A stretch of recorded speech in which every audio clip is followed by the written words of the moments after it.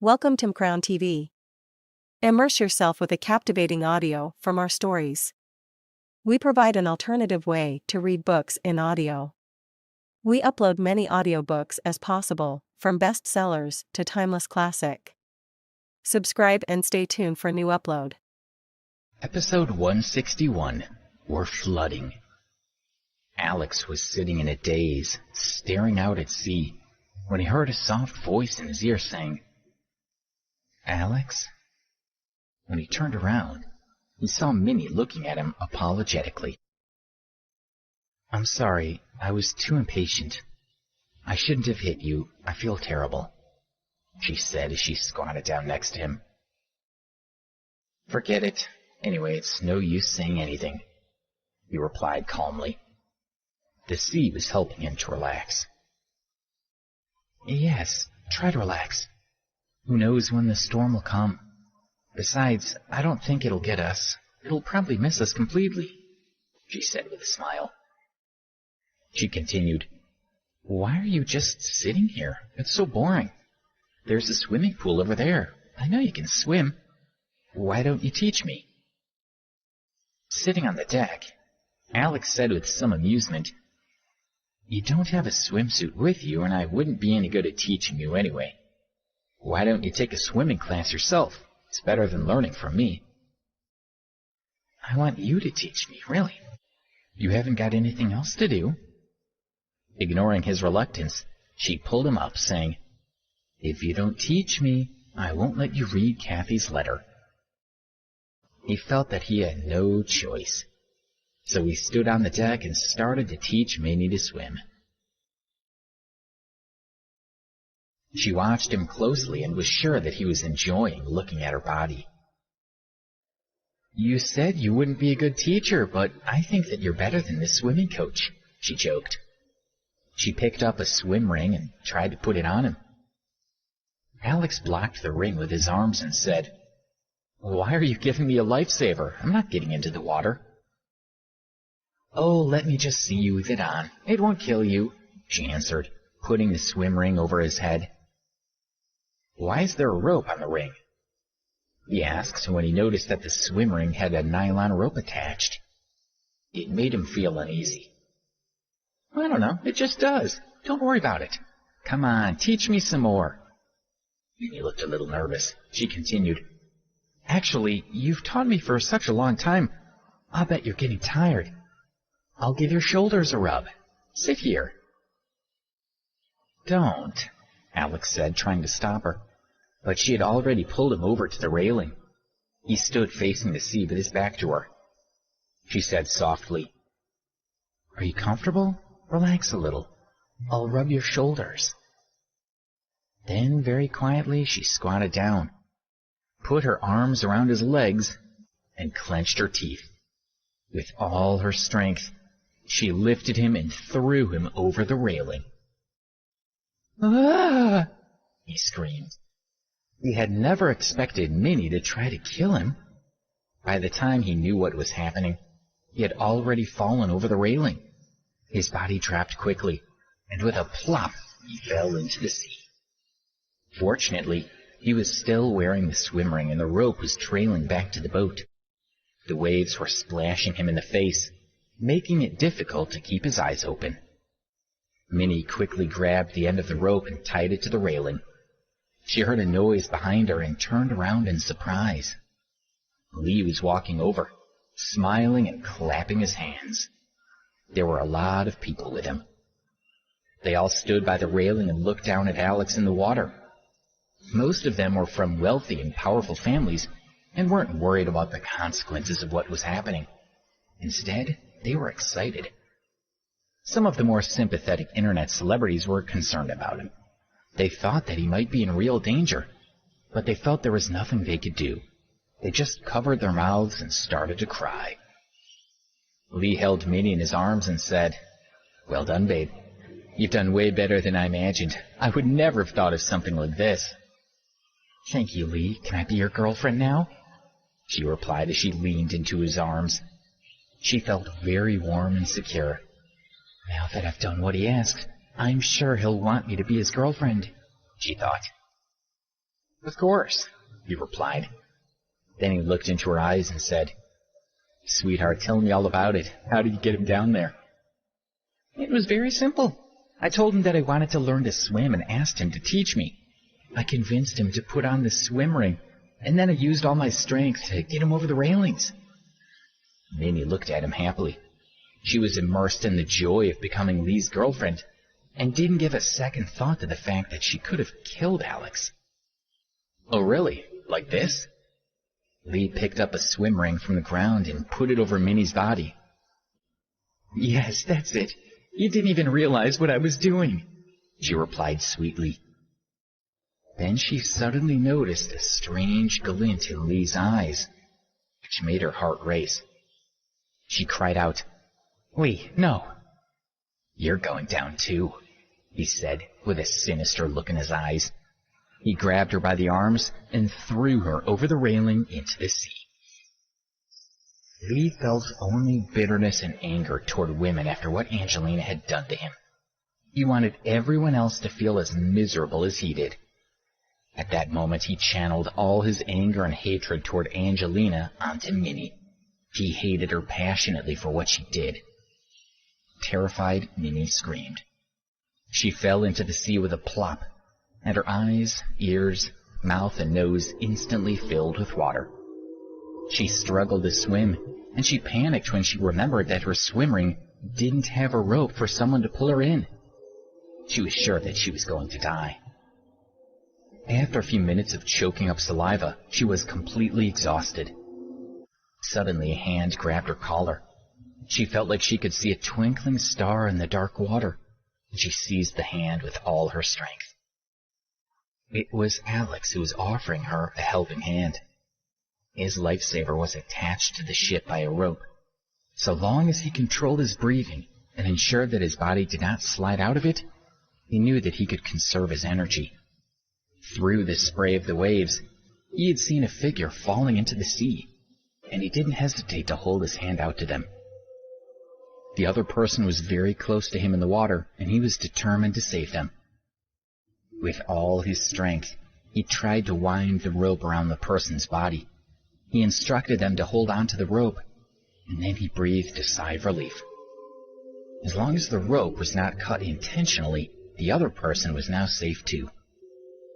When he looked again, he realized that the person he was saving was Minnie. The idea briefly crossed his mind to let her drown in the sea. But his conscience got the better of him, and he knew that he would save her. Although Minnie couldn't see the person who saved her from the waves, she knew that it was Alex. She was too scared to think too much about it. Within a few minutes, several young men were leaning over the railing to see what was happening. They were shouting and taking pictures. One asked, "What's happening?" "People are falling into the water," replied another. "They'll be eaten by sharks," laughed another. But there were other people, mostly girls, who were weeping. They had seen Lee pushing Minnie over the railing and thought it was like a scene from a horror movie. The idea of that scared them. Lee called out to one of his staff, "Bring the knife." He was planning to cut the rope that attached Alex's swim ring to the railing. Suddenly, Hannah rushed over shouting, "No!" She kneeled in front of him and pleaded, "Lee, please let them live." She cried bitterly. She knew that she had to do something to save Minnie. "Lee, don't cut the rope," someone else shouted. "Oh, all right, I won't cut the rope. But I'm telling you all, no one is allowed to pull them up. They can stay down there until they die," Lee said, and walked calmly away. Anna went to the railing and looked down into the sea. The deck was more than 20 yards up from the water, and it was dark, so she struggled to see anything. All that she could make out was some white spray at the end of the rope. "Is Minnie dead?" Anna thought in panic. She could not stop tears from rolling down her face. Suddenly the boat rocked, and there was a loud clap of thunder in the sky. The people on deck felt the temperature plummet by at least 10 degrees. Strong gusts of wind blew across the deck, and people were struggling to stand upright. Lee and his friends suddenly felt uneasy. They were no longer in the mood to party. Lee went to the bridge and found the captain, who was frowning. He asked him, "What's the matter?" The captain looked back at him and said, "There's a tropical storm blowing in our direction. I've just changed course so that our ship won't get trapped in its center." Lee frowned. He stood next to the captain and looked at the position of the storm on the screen. The captain tried to reassure him. "Lee, don't worry. According to the radar, we can get to a safe position before it comes. Also, the storm doesn't seem to be too strong. As long as we're not in the center of it, we should be fine." Lee relaxed a little. However, he didn't feel like going back up on deck, so he stayed on the bridge with the captain. After half an hour, the cruise ship was almost out of the range of the storm, when suddenly there was a loud bang from underneath the boat, and it shook violently. Some people on the deck fell, some of them staggered, and a few almost fell into the sea. Lee, who was sitting on the bridge, fell off the sofa onto the ground. Lying there, he yelled to the captain, "What's going on?" The captain was mystified. He looked at the console in front of him in horror. He wanted to regain control, but the screen and control panel were going crazy. The captain was completely flustered. He was trembling, and his legs were weak. "What's the matter?" Lee shouted as he rushed at him and grabbed him by his collar. "We hit the reef," he replied, with his heart pounding. "What? You're such a waste of space. Get us home now. I want to go back," Lee shouted, spraying saliva onto the other man's face. "I'm trying to go back now, but there's something wrong with the ship's power system. I don't know if I can get us back. I've sent an SOS to the Coast Guard. They'll send a ship to help us straight away." The captain was still struggling to control the cruise ship. Lee kicked him hard. He didn't want to listen to his excuses. He just wanted him to get the ship safely back to the port. "There's water coming in," someone said from the lower deck. "Oh no, how can this happen?" asked his friend. Another confirmed, "There's more than 3 inches of water on the floor." A group of people ran to the door of the bridge and started shouting desperately at the captain. The captain was in despair. He looked at the light on the control panel that confirmed the ship was flooding. The light turned red. He panicked and started mumbling to himself, "It's over. It's over."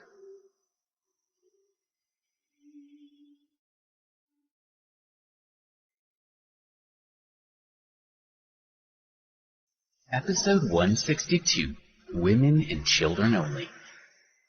"What have you done? This is what I think of you," Lee said, and he punched the captain in the face. The captain didn't stand up for himself at all. He just started crying and muttering to himself. "You're useless," Lee scolded the captain again. He was worried that the bridge could also soon start flooding. He needed to get somewhere safe. He quickly ran out. The captain sat down on the floor. He had lost control of the cruise ship, and it was drifting out to sea. Even worse, it was now flooding.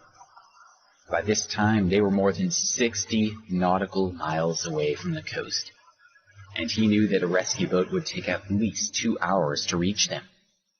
By that time, the cruise ship would be submerged. Thinking that because of him, nearly 1,000 people might drown, he didn't want to live. Even if he was somehow rescued, he knew that he had destroyed the cruise ship that was worth millions. His life was in ruins. He didn't notice the blood that started to flow out of his thigh. He did notice the water that began to flow in through the crack of the bridge door, but he didn't respond. He stayed sitting where he was on the ground. Slowly, he put his hand on a red triangle button and pressed it down, triggering the alarm to sound throughout the ship. Lee heard the deafening alarm and saw the flashing red and yellow alarm lights and ran to the deck. Everyone was panicking. Some of the girls were crying in their boyfriends' arms. Some people were desperately trying to make phone calls, but they found that they had no signal at all. A few jumped into the swimming pool, and others sat quietly on the ground, deep in shock. The deck was utter chaos. "Can you please help me to pull my friends up, please?" Hannah asked the people around her, desperate for help. Amidst the chaos, Lee had forgotten all about Alex and Minnie. Luckily, there were a few kind people who tried to help her. Together, they pulled the rope up. Alex was surprised to find that someone was pulling him. When his swim rings started to rise from the sea, Minnie almost fell back into the water. He grabbed her and held her tightly. "Hold on. If you fall back, you'll die," he yelled at her. She grabbed the rope with determination. Slowly they rose out of the water. When they reached the height of the railing, Alex asked people to pull Minnie over first. They slowly pulled her onto the deck. "Minnie, are you okay?" asked Hannah when she saw that her friend was safe. She was very happy and surprised. She squatted on the ground and held Minnie's head. Alex lay exhausted on the deck for more than 10 seconds. Then he scrambled onto his knees and thanked the people who helped him. "You're welcome," replied one man. Another told him, "Young man, you're very lucky. I didn't think you would make it." "You saved her. Well done," said another. The people who rescued them quickly lost interest and walked away, one after another. Alex looked at the chaos on the deck, the people panicking, and the warning lights flashing. Then he heard the siren blaring, and he quickly realized that the ship was flooding. Minnie was hugging Hannah and crying. "I thought I was going to be eaten by sharks, and no one would ever even find my body." "It's okay, Minnie. Don't cry. You're safe now," Hannah said as she gently patted her back and comforted her. After 10 minutes, she started to calm down. She dried her tears and looked around her. She noticed Alex was sitting on the deck, watching her calmly. Their eyes met briefly, and her heart leapt. When she thought back to what she had done to Alex, she felt so ashamed that she needed to find a way to make it up to him. "So sorry for what I did to you before. I was too vicious," she said, as she slowly crawled over to him. After soaking in the sea for so long, she had no strength. She continued, "Alex, you saved me. I really am sorry for how I treated you. In the future, I'll do anything you ask me to." He turned his face away from her. He could no longer believe anything she said. "Alex, I know you don't trust me, but you must believe how sorry I am. I know that I've acted terribly," she continued. She did feel guilty. She kneeled on the ground in front of him and said, "Thank you for saving me just now. I will find a way to repay you for your kindness. Thank you." Alex didn't want to listen to Minnie. Looking at the vast sea, he thought to himself, "Will I die here?" Half an hour later, the tropical storm was upon them. Fortunately, the cruise ship had moved out of the path of its very center. Also, it was only a medium-sized storm, not one that could break tree trunks on land, but large enough to do some damage. On the deck, chairs, loungers, and wine tables were blown everywhere, and some even fell into the sea. All the people could do was hide and try to shelter from the heavy rain. After another hour, there was still no sign of the rescue ship, and the water in the cruise ship had reached the 3rd floor and was about to reach the deck. "It's over," said one man dismally. His friend asked, "What should we do? I don't want to die." "I'm so afraid," cried a girl. The level of panic on board the ship had reached a peak, as everyone started to think that they were going to die. In a corner of the deck, several young people surrounded Lee and shouted at him angrily. One said, "It's all your fault. You persuaded us to come on this ship." "Yes, it's all your fault," agreed another. Another screamed at him. "If we all die, you're the one to blame." Lee shouted back, "What do you want from me? Get out of the way!" He was from one of the wealthiest families in America, and he wasn't going to be intimidated by these people. "You're such an asshole," shouted one young man as he spat in his face. "Come on, guys, let's show him what we think of him," shouted another young man who had drunk way too much alcohol. Immediately, 4 or 5 young men started punching and kicking Lee. They wanted to take their anger out on him, and were no longer worried about staying on his good side. Lee began to beg for mercy. "Please don't hit me," he cried. It seemed that no one cared about him. He realized at that moment that his friends had only liked him for his money.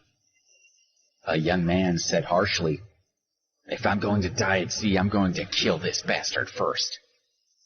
Then he picked up a chair, raised it over his head, and was about to smash it down on Lee. "No, buddy, no, please, I'm wrong. I'll give you everything I own. I beg you not to kill me." He kneeled on the ground in front of the man, bowing his head and begging for mercy. "Okay, if I don't kill you, you can give me $5 million, the young man agreed. Suddenly someone shouted, "There's a boat coming!" "Look, there's a light over there," his friend agreed. Everyone on the deck looked toward the light and suddenly became hopeful. The young man who was attacking Lee also looked out to sea. There was a small spot of light in the distance. The young man dropped his chair and, along with everyone else on the deck, rushed to the railing, staring in the direction of the light, and started to call out loudly. "Hello, this way!" one man cried. "We're over here!" shouted another. A few screamed, "Come save us!" Everyone who had given up hope now started to cheer. They watched the light getting bigger as the boat came closer. Within minutes, it had arrived at the side of the cruise ship, and they saw that it was a small rescue boat sent by the Coast Guard. Minnie and Hannah were overjoyed to see the boat coming. After resting for more than an hour, Minnie had finally recovered some physical strength and was able to stand on her own. She wanted to go to the rescue boat with Alex. The person in charge of the vessel looked at the people trapped on the cruise ship and realized that there was no way that they could all fit in. He frowned and yelled at them through a loudspeaker. "All the trapped people, don't panic. We will take all of you home safely. But now there are too many of you. Our rescue boat can't hold you all. I'm sorry, but we can only take some of you at a time. You can rest assured that 2 other rescue boats are also heading this way to take you to safety," he continued. "We'll take the women and parents with children first. The rest of you will have to wait for the next 2 boats. I guarantee the other boats will be here soon to take you to safety." Although everyone heard what the captain of the boat said, no one was willing to wait. They all wanted to leave the flooded ship as soon as possible. They all felt they would be risking their lives to wait for the other boats. The captain set up a gangplank to the deck of the cruise ship, and Coast Guard officials supervised people crossing over onto the rescue boat. Using a megaphone, the captain instructed, "Right, please, could all women and parents with children now quickly make your way over onto the boat. Everyone else must wait for the next boat." Quickly, the women and children started boarding. Lee was becoming extremely anxious. He was only thinking about his own life and was determined to get onto the rescue boat. But he was not a woman or a parent with a child, and he knew the captain wouldn't let him on. He spotted a woman standing in line with her daughter waiting to board. He walked up to her quickly and told her in a whisper that he would pay her $1 million to lend him her daughter so that he could get onto the rescue boat. He told her that she mustn't say a word. If she told anyone what he said, he would throw her daughter into the sea to drown. The woman agreed. Lee grabbed the little girl, covered her mouth, and joined the line to board the boat. "Is this your daughter?" the captain asked Lee when he saw how young he was. He didn't look old enough for the little girl to be his daughter. He was also suspicious when he noticed that he was covering the little girl's mouth. Lee replied, "She's my daughter. She's sick and she wants to throw up. When I get on the boat, I'll take her to the bathroom to vomit." He tried to look natural. "Go on then, hurry up." Because other people were waiting aboard, the sailor let him get on. At that moment, a sharp voice called out, "That's not his daughter. Don't let him on the boat."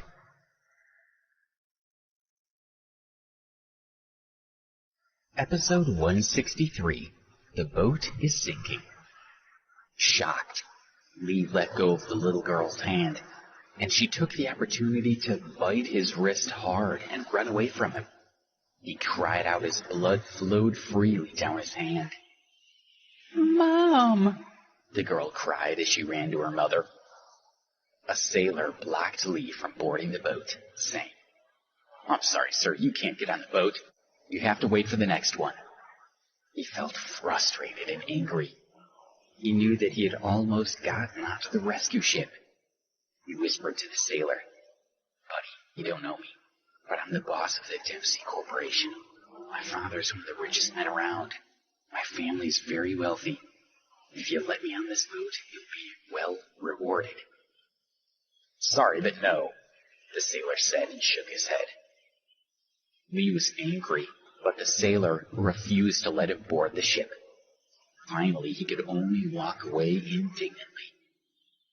When he looked around to see who had stopped at boarding, he saw Minnie looking at him with a sneer. He became even angrier and went over to her, convinced that it was her fault. "So you didn't drown, you bitch. I'll kill you if you dare to cross me again. Just remember who I am," he said to her with a snarl, and then slapped her hard across the face. She glared angrily at him and said, "So, you're a man who beats women, are you? First you tried to drown me in the sea, and now you hit me. You think I won't stand up to you?" Then she rushed at Lee, hoping to take it by surprise.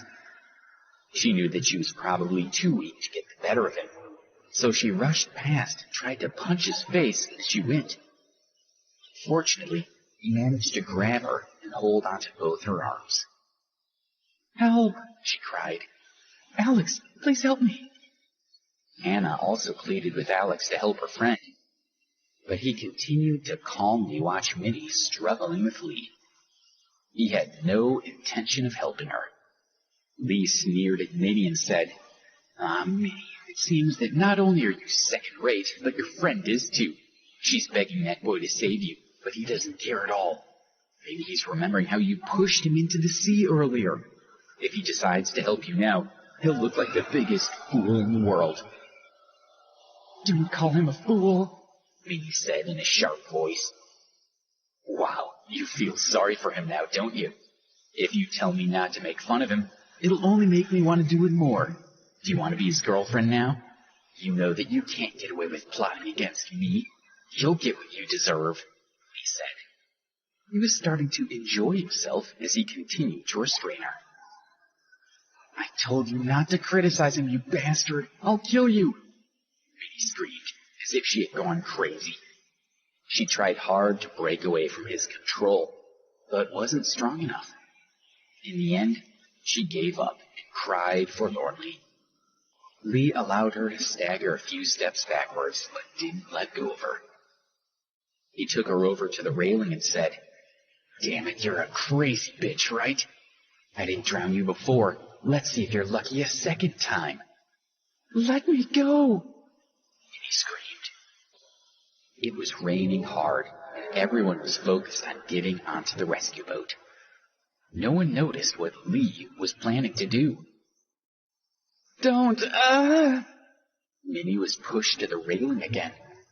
Remembering the horror of falling into the sea earlier, she started to fight back with all her strength. Lee's eyes were fierce as he tried desperately to push her over the railing. He said, "If you're unlucky enough to be born a woman again in your next life, maybe you'll behave with more dignity.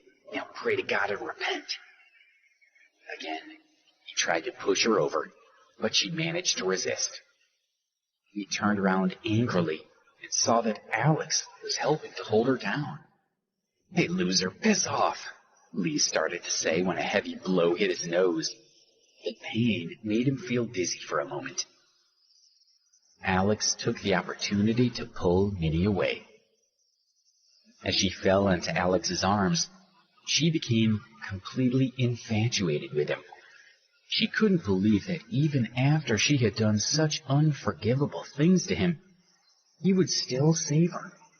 At that moment, feeling the warmth of his arms, she knew that he was a good man. After holding Minnie for only a moment, he pushed her toward Hannah. "Minnie, are you okay?" Hannah asked her. "I'm okay," she replied as she gazed at Alex. The moment he pushed her away, her heart broke.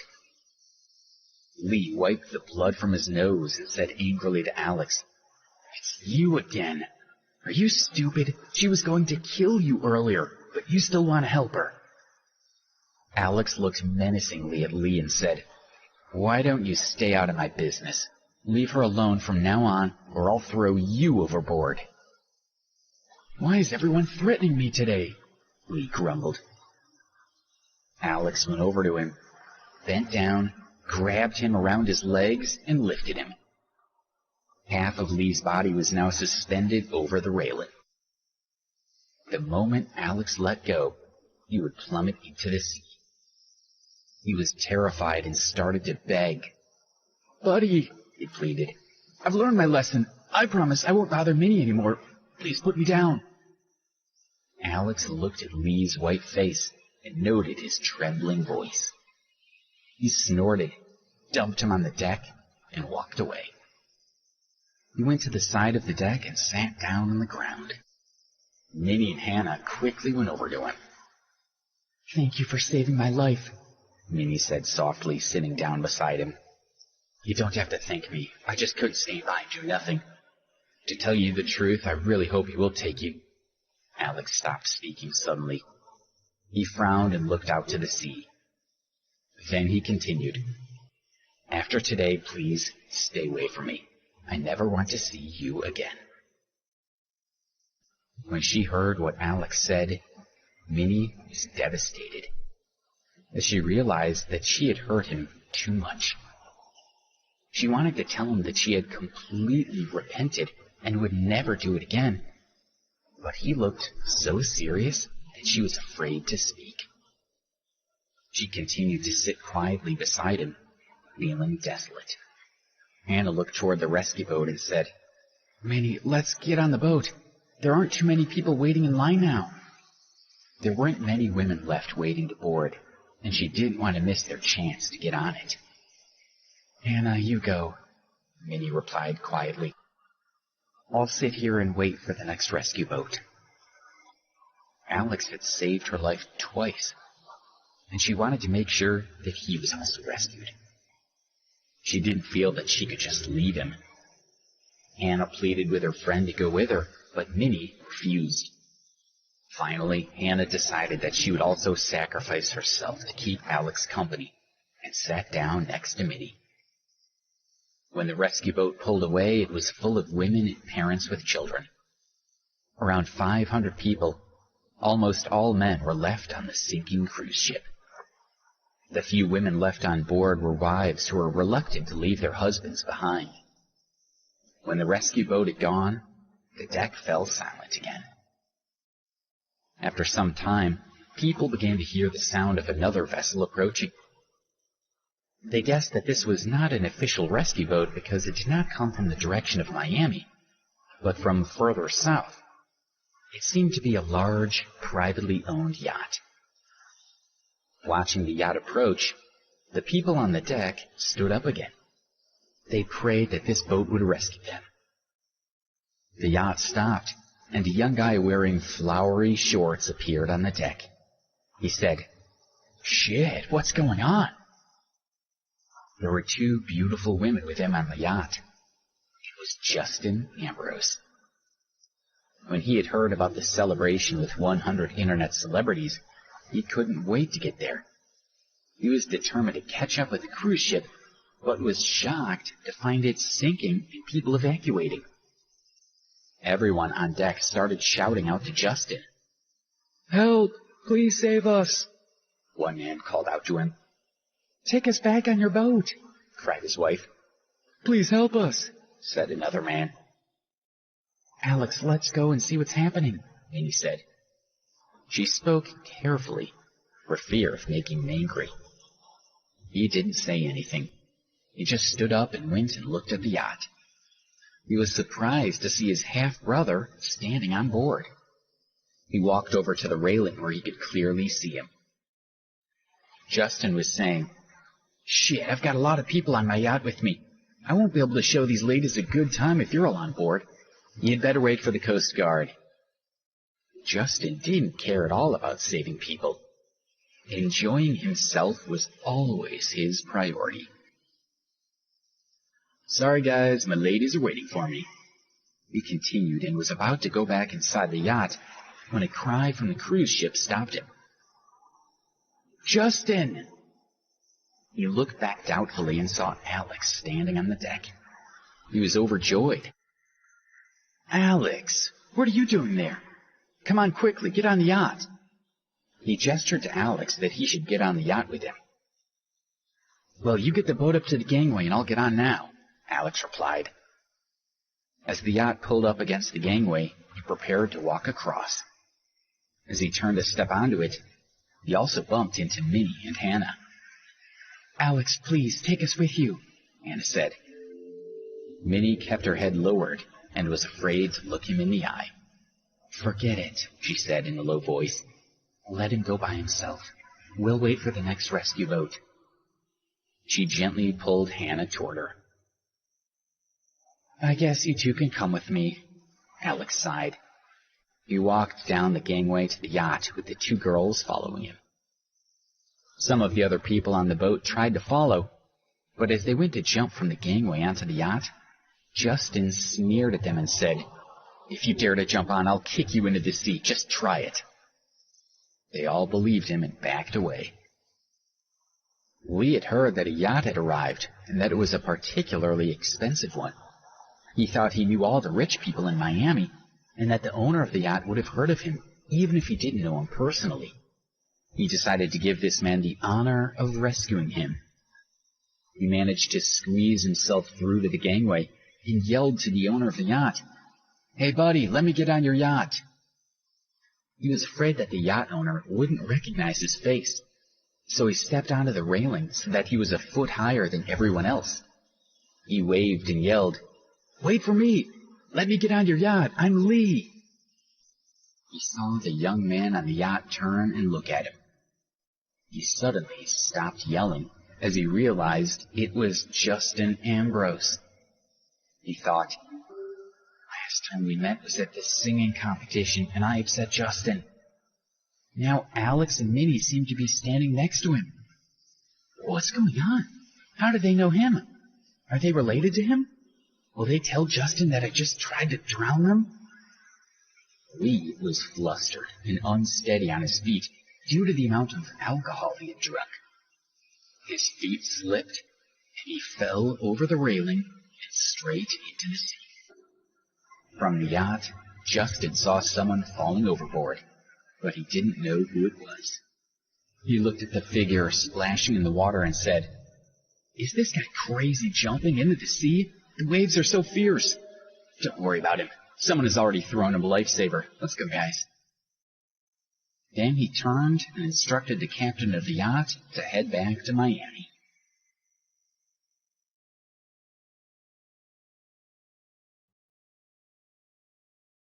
Episode 164, I Have Good News. As the yacht sailed away, Alex, Justin, Hannah, and Minnie sat on the deck chatting. Although Minnie didn't know who Justin was, she thought that he looked like he was wealthy, and she was surprised to hear him call Alex his brother. She wondered, is Alex also from a rich family? "Big brother, I'm surprised that you went to the Twitch party," Justin said to Alex with a smile. Minnie waited anxiously for Alex to reply, but he stayed quiet. If she hadn't insisted that Alex go to the party, his life would never have been in danger.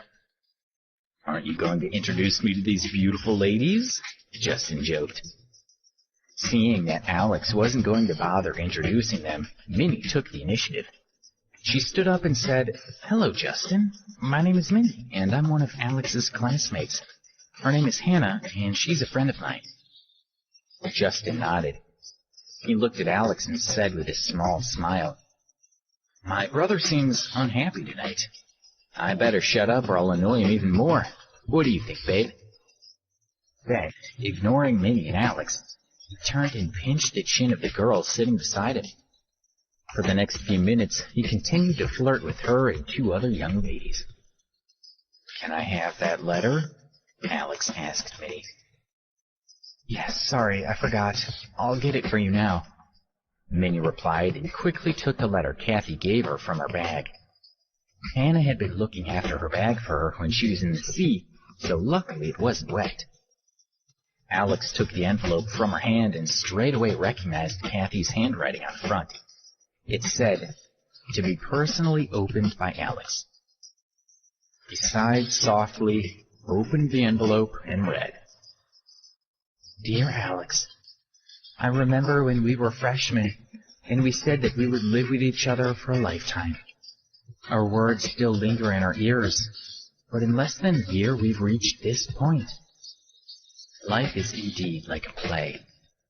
You said that no matter whether the love between us was right or wrong, of course you may now think that what we had was not love, but let me call it that, we should never complain or regret it, because young people always make mistakes.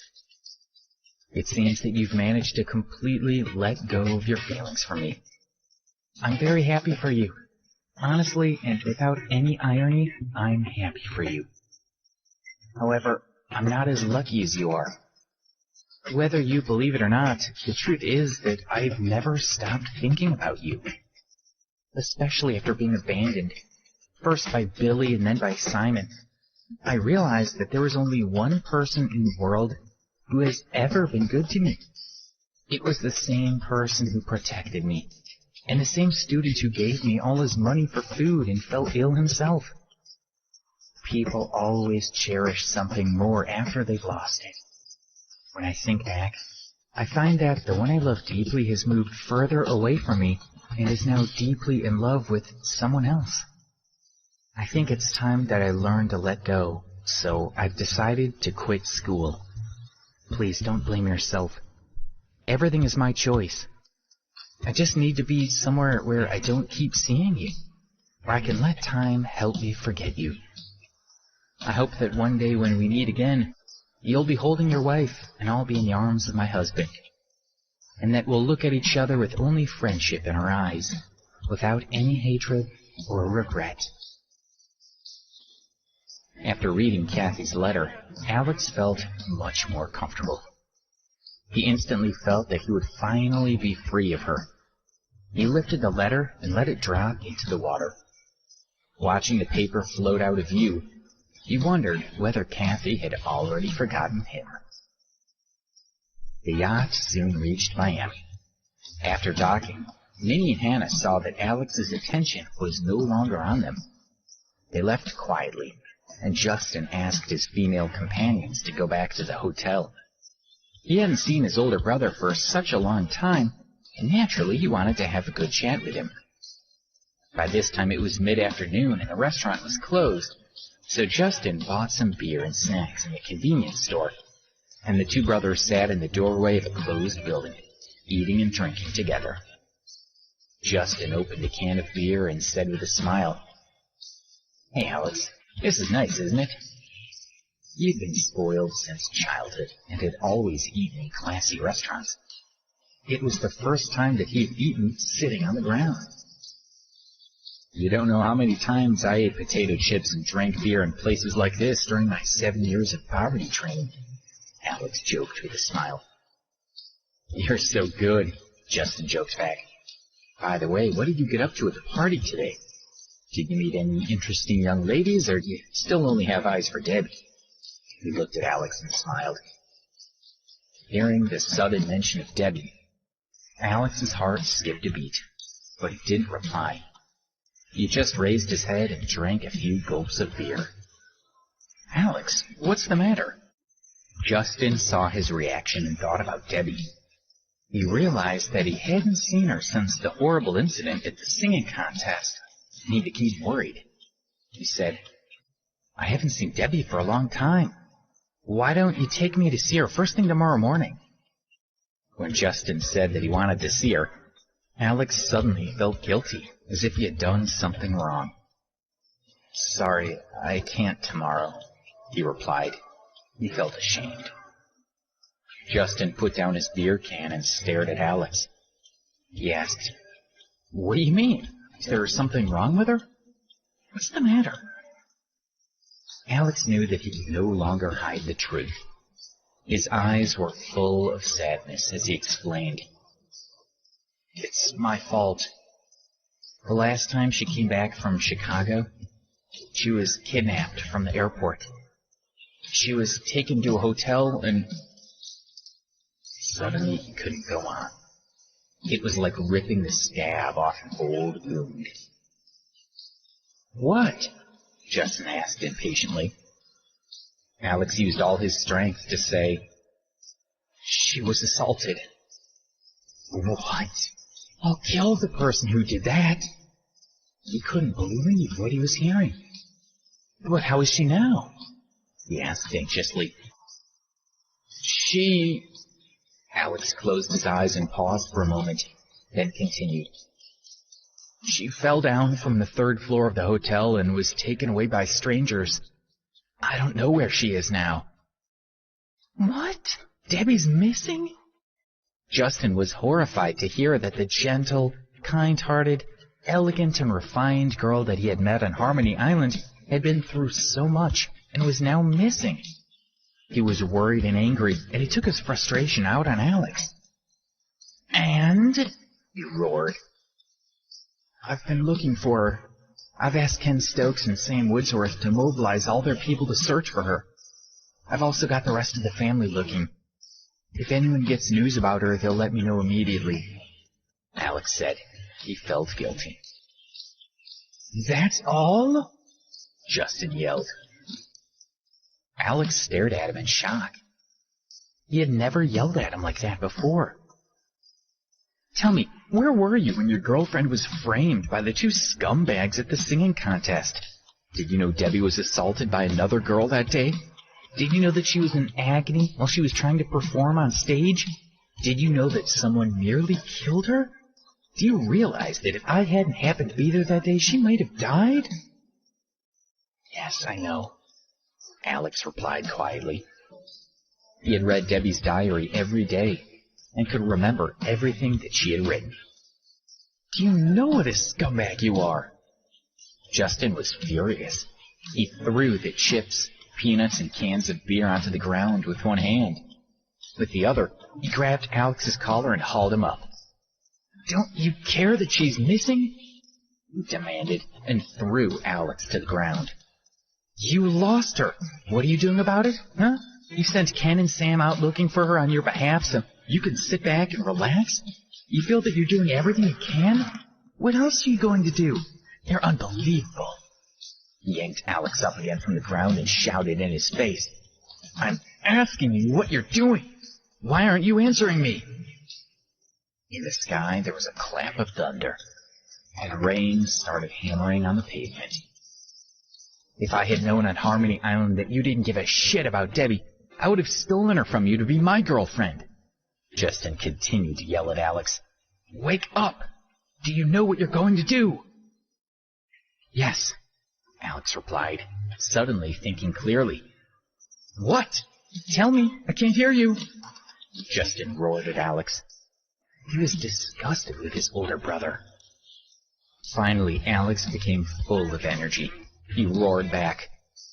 I'll start looking for her immediately. Even if I have to go to the ends of the earth, I'll find her. Good. This is the older brother I can be proud of. This is what a man should do. He put his hand on Alex's shoulder and said, If you don't find Debbie, you're no longer a brother of mine. Then he turned and walked away. Alex stood and watched him go. It was raining heavily, and his whole body was drenched. Justin's reaction to the news that Debbie was missing shocked him into action. He wondered to himself, what on earth have I been doing since she disappeared? I must go right now to find Debbie in person and bring her back. The next day, he caught the first flight back to New York. He was determined to find Debbie himself. He had no specific destination in mind, no time restraints. He would look until he found her. However, he went back to New York to collect some of her things to take with him for comfort.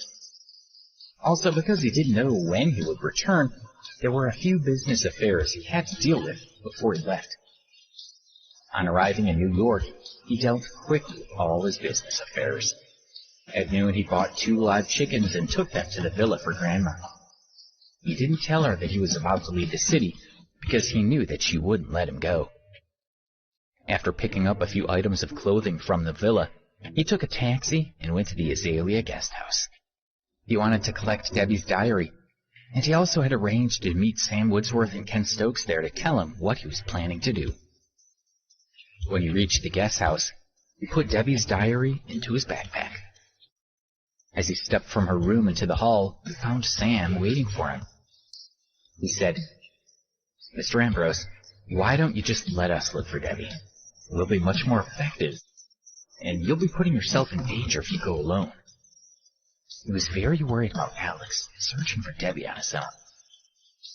Alex replied with a small smile, "Sam, don't worry. I'm not a child. I've also been through poverty training for 7 years, so I can look after myself. Where's Ken?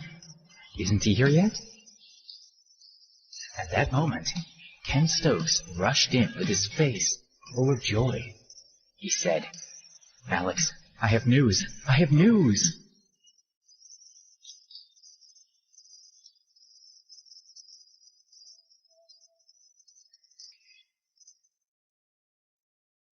Episode 165, Looking for Debbie. What? Overjoyed, Alex rushed over to Ken and held his arm. He asked, "Ken, have you got news about Debbie?" "Well, yes," Ken nodded. The past 2 days, she had not heard from him at all, and she was becoming a little anxious. However, when she remembered how affectionate he had been with her, she was relieved. She remained convinced that she was the girl that he was in love with. When she heard that he was leaving New York for a period of time, Rose panicked a little. She thought, what if Alex meets some beautiful woman on his travels and forgets all about me? As she thought more about it, she became increasingly anxious. I must take the initiative, she thought. Before Alex leaves, I'll make sure that I become his girlfriend. If I can't do that, I must at least speak to him and sort out our relationship. Then even if he's away from New York, I'll have an excuse to keep calling him. Maybe I'll even go with him. Having made up her mind, she called him. Alex was wary when he saw that Rose was calling, but he still answered her call. She said to him shyly, "Alex, now it's the summer vacation and all my friends have gone home. I'm very bored at home on my own every day. Can you go out with me for the day tomorrow?" "Sorry, I can't. I'm leaving New York tomorrow," Alex answered. Rose thought for a moment. Thank goodness I made this call. Otherwise I wouldn't know that he was leaving so soon. She said, "Where are you going? I can go with you. I'm already bored with being at home." She tried to sound calm, but her anxiety was clear in her voice. "No, I need to go alone," Alex answered. "I'm already booked on the tomorrow's 11 o'clock train. I'm going to Washington, D.C. There is something I have to do there." He was going to find Debbie. There was no way he was going to take Rose with him. But she insisted. 11 o'clock isn't that early. Can you meet me for a while? Just for a chat? Perhaps just a walk by Ramsey Lake? Please?" Alex didn't know what to say. "Do you still hate me because of the way I treated you?" Rose asked suddenly. She sobbed. "I know that I used to treat you badly. I used to insult you and laugh at you. I know that I hurt you, but I hope that you meant it that day in the villa when you said you could forgive me. Don't worry about it. I did mean what I said. I do forgive you. Don't cry. When he heard her voice trembling, his heart softened. Okay, I'll meet you at Ramsey Lake tomorrow. But remember, I can't stay long. I'll only have time to walk around the lake. Thank you. Even if you can only stay with me for 5 minutes, I'll be happy, Rose said, sounding chirpier. I'll see you tomorrow morning at 9 o'clock at Ramsey Lake. Alex suddenly remembered that he had arranged to meet with Kelly at 9 o'clock. He certainly couldn't overlap that appointment with meeting Rose. Flustered, he said, Actually, no. I don't think I can get up in time to meet at 9. He thought, I need to give myself at least an hour to talk with Kelly. After that, I can walk around the lake with Rose, and then I'll need to get quickly to the railway station to catch the train to Washington. Okay, that's fine. We can meet at 10 o'clock, Rose said, and ended the call. After hanging up, Rose felt very happy with how it had gone. She thought, if Alex is catching a train at 11 o'clock, but still wants to find time to meet me at 10, that's definitely proof that he likes me. Tomorrow, I'll make sure that I seize the opportunity and use the time available to make Alex my boyfriend. The next day, Rose went to Ramsey Lake at 8 o'clock. She saw a tall man standing by the lake. After their conversation the night before, she had spent a lot of time thinking about her best approach when she saw Alex. She had not spent much time with him, and didn't know him well, but she thought he was a quiet person, and maybe too shy to tell her straight out how he felt about her. She had to handle the situation carefully. She had racked her brains trying to decide how she could make Alex confess to her that he liked her. Finally, she came up with a plan. When she and Alex were walking by the lake, she would arrange for some friends to attack them, pretending to be gangsters. Then Alex would come to the rescue and save her. This happened, she was sure that Alex would then realize how he truly felt about her. Even if he found it hard to confess his true feelings, it was perfectly normal for the hero and the beautiful girl that he saved to end up together. Convinced that he was truly in love with her, she decided that as soon as she told him how she felt, he would accept her immediately. Rose approached the tall man and asked him, "Have you brought everything you need?" "Don't worry, I'm ready," the man replied. "You see, I have a black stocking to cover my head, and this is a model knife. The blade can be retracted. This is the fake blood that we usually use for filming." He showed her the props that he had prepared to use. "You mustn't see them, and you can't let him catch you straight away. You understand?" Rose told him. "Don't worry, I know what I'm doing. Remember, I'm a professional. It's my job to stage these sorts of stunts for films," he answered proudly. "Okay, but before he comes, let's practice so we know exactly what we're doing. It can't go wrong," she said, and turned to face the lake. "I'm ready," the man said as he put the silk stocking on his head, held the model knife in his hand, and crept up to Rose. He circled his arms around her neck and pointed the knife at her throat. "What are you doing? Let me go! Alex, help me!" she cried out in panic. Suddenly, they both heard a quivering voice shouting at the man. "Hey, you! What are you doing? Let her go! I'll call the police," the voice said. Rose turned her head and squinted in the direction of the voice. She saw two beautiful girls standing about 20 yards away. It was Kelly and Sharon. When they arrived at the lake and saw a gangster with his knife against a girl's throat, they were shocked. Although they were afraid, Kelly thought he might cut her throat any second, so he didn't hesitate and screamed at him to stop. With shaking hands, Sharon pulled out her phone to call the police. "Hi, girls, stop! Don't call the police!" Rose quickly called, and then said to the man who still had his arm around her neck, "Let go, are you stupid?" When the man let go of her, Rose ran to Kelly and Sharon and said with a smile, "It's okay. You've made a mistake. He's not a gangster. We're just messing around. Rose had assumed that because it's vacation time, there would be very few people on campus. So she didn't think there would be anyone else at the lake. She certainly hadn't expected anyone else to arrive at that moment and see what they were doing. Messing around? Kelly and Sharon were a little confused. They thought the explanation was a bit strange. However, they didn't know this girl and felt that it was none of their business. Kelly smiled gently and said, "Well, it was clearly a misunderstanding. We're glad you're okay. We'll leave you to it." Then Kelly and Sharon went and sat down by the edge of the lake. Rose went back and rehearsed with the tall man several times. Then she noticed that it was almost 9 o'clock and the two girls were still sitting by the lake. They didn't seem to be leaving. She was worried because she wouldn't be able to carry out her plan with Alex later if they were still there. She walked over to them and said, "Hey guys, you've been sitting here for a long time. Don't you want to go somewhere else for a walk?" "We're waiting for someone here," Kelly explained and smiled happily. Rose swore to herself and thought, "It looks like these two girls are planning to stay here for a long time. Alex will be here soon and I need my plan to work. What can I do?" "Guys, my friend and I are going to keep practicing our scene later today. If anyone else comes along, please don't tell them it's not real," she said to them. "What do you mean? What are you going to do?" Kelly asked. She didn't understand what Rose was doing. Rose breathed out helplessly. She could think of no alternative but to explain everything to them. Exasperated, she started to explain.